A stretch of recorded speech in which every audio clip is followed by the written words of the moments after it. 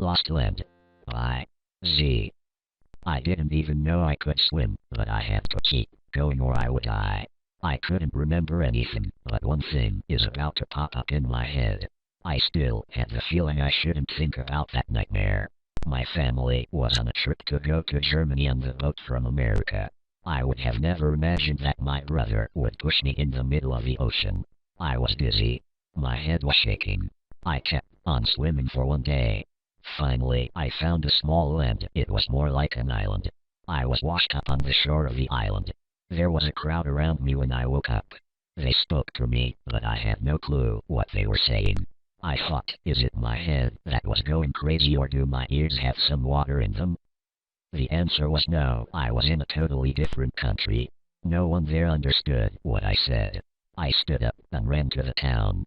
I had no clue what it was. The language on the buildings and walls looked like some Chinese characters to me. A million things went through my head. One of the most important things that went through my head was, where was I? In Asia? What do I do now? The only answer I had was survival time. It wasn't really a good idea, but it seemed to be the only one since I couldn't communicate with the villagers.